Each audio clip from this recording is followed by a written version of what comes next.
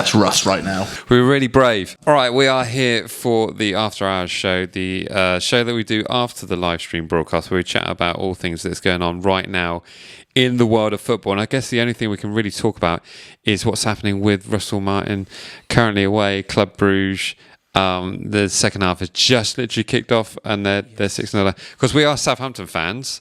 We know what it was like with Russell Martin at the helm. Fantastic job in the Championship. In a way, unbeaten run, amazing. Gave us fantastic memories of Wembley. The most painful Premier League experience I've ever witnessed. And of course, he left the club, and there were a lot of fans that kind of were not exactly wishing him well at Rangers, and it's not going well, is it? It's like he's trying to speed run his Premier League time, but into like 4 games with Rangers. It's not going well. The man is extremely stubborn in the way he likes to play, and it got showed up on in the Premier League, and now he's on a bigger stage again. Yeah, in Europe, and it's being made to look an absolute fool. From Club Bruges, they're making him look really, really bad. And it's 9-1 on aggregate right now. Oh my goodness! Like they're probably going to hit double figures in this game. I wouldn't even be surprised if this game just hit double figures. It's going to be ironic for him to leave Southampton and then lose 9-0. Yeah. But the Rangers are learning everything that we kind of already knew. I just forget who would have thought it'd be on this sort of scale. I mean, you said to me earlier on, with Southampton, at least he had the players on side.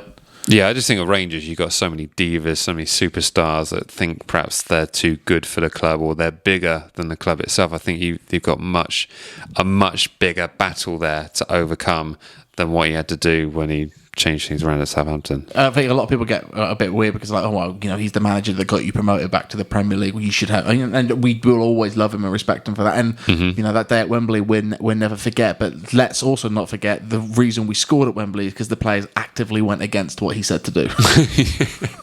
Well, that goal was quite direct. That goal was extremely direct, and the players we just kind of took it into our own hands for a little bit, and we won.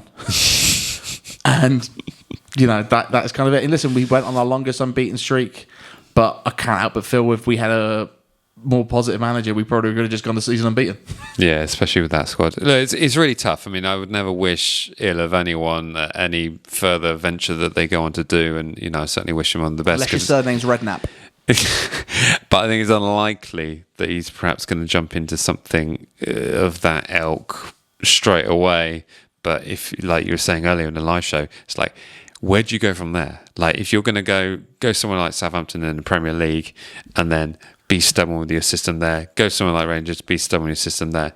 I mean, there's plenty of people that big him up and talking the football he plays, but where does he go from there? Well, it's that crazy thing of like, it's a weird thing in the Premier League the last few seasons. I mean, you had Russ at Rangers. I mean, Ivan Juric went to Atlanta. He's got European football. That's wild. But then you look at Company going to Munich. It makes no sense. And I think at a certain point, people are going to have to realise that a strict style of play isn't really what gets you anywhere unless you're an absolute maverick or you have the backing to do it. Yeah. Not everyone can be Pep Guardiola because not everyone can have the money that Man City have. No, this is true. Did you see him going to the Bundesliga, something like that? I think it would be... I don't think he's not going to get a big team again. He's going to have to work his way up a little bit. I think maybe come back to the Championship. There's a part of me that maybe thinks maybe a return to Swansea. Yeah. He's or West Brom. He was linked with West Brom. He has to go somewhere that then humble himself a little bit. And I think that's all he can really do. Yeah. But until then, he can take a bit of time off, go back to the beach of Lucy Pinder. He's got the largest vegan restaurant in the UK. It's in Norwich, so it's not like he's got no fallback plan. No, exactly not. But perhaps shouldn't have jumped into a new. Well, it's you've got to be ambitious in that position. If you're Russell Martin, there's no way you're saying no to the Rangers role. No, it's true. And let's be fair, I think quite a few people said no to the Rangers role this summer. Yeah, fair point. Fair point. I think people just got up there and realised there's only one team in Scotland. Don't start that again. Well, we certainly do wish Russ the very best on whatever his new job is now, because I'd be amazed if a decision isn't made this evening in regards to his role at Rangers. But we could be completely wrong. I don't know. I don't know how Scottish football works in that regard, if they have any kind of like extreme sacking straight after a game. But hey, this is just stuff that we're used to. I mean, we are literally not even a month in to the current season. It's a long time. Something could happen, but let's be real. It's been so bad, and the reaction has been so negative towards him. And he might not get out of August. Listen, we also kind of know what Russ is like in a press conference afterwards too. Yeah. And sometimes he takes the blame, and sometimes he pushes the blame on people who really aren't to blame. Yes. Yeah. That's just kind of what it's all wrapped up in. Really proud of their bravery, the character. They're really brave to still be on the pitch at 6-0 down. But they did have a player sent off early on. I mean, it was 6-0 down when we started this video. Should we check now? Should we just see? Just make sure? Yeah, just be sure. Is it still? It's still six. Still six. There we go. Well, Russ, we wish you all the best. One other thing we ought to talk about that was mentioned also on the live stream, because we do listen to those comments. We do read them through. And one of them was talking about the upcoming derby game. It's upon us. How are you feeling about this? Brutally honest, I'm a little bit nervous because of the fact of the amount of changes for our squad. Could see a completely different midfield. What is our preferred back line?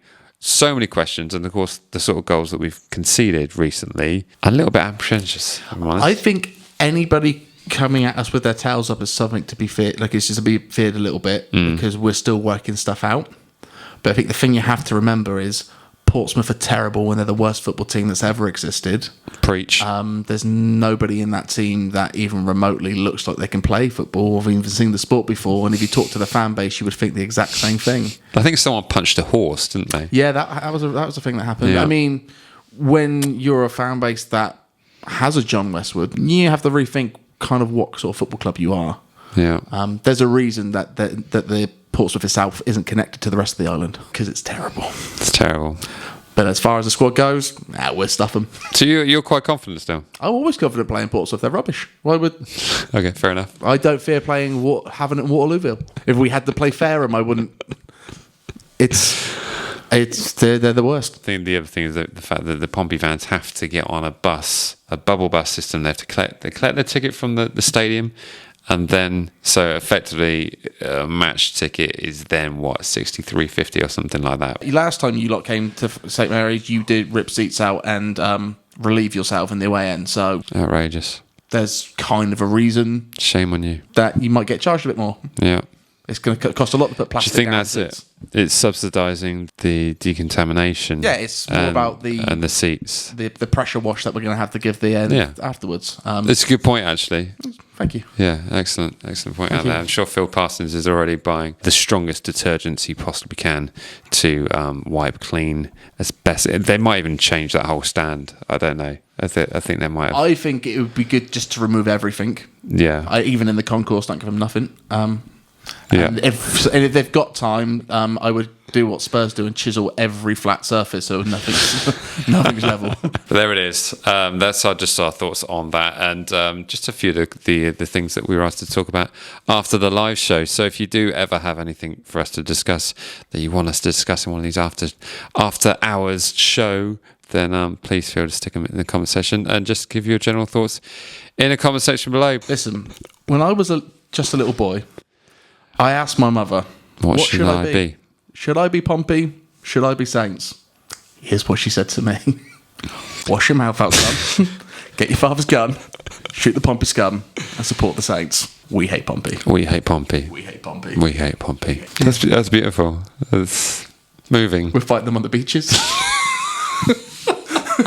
Right, that's it. Cut it. Go to credits. That's enough. It's a mic drop moment. Right, see ya.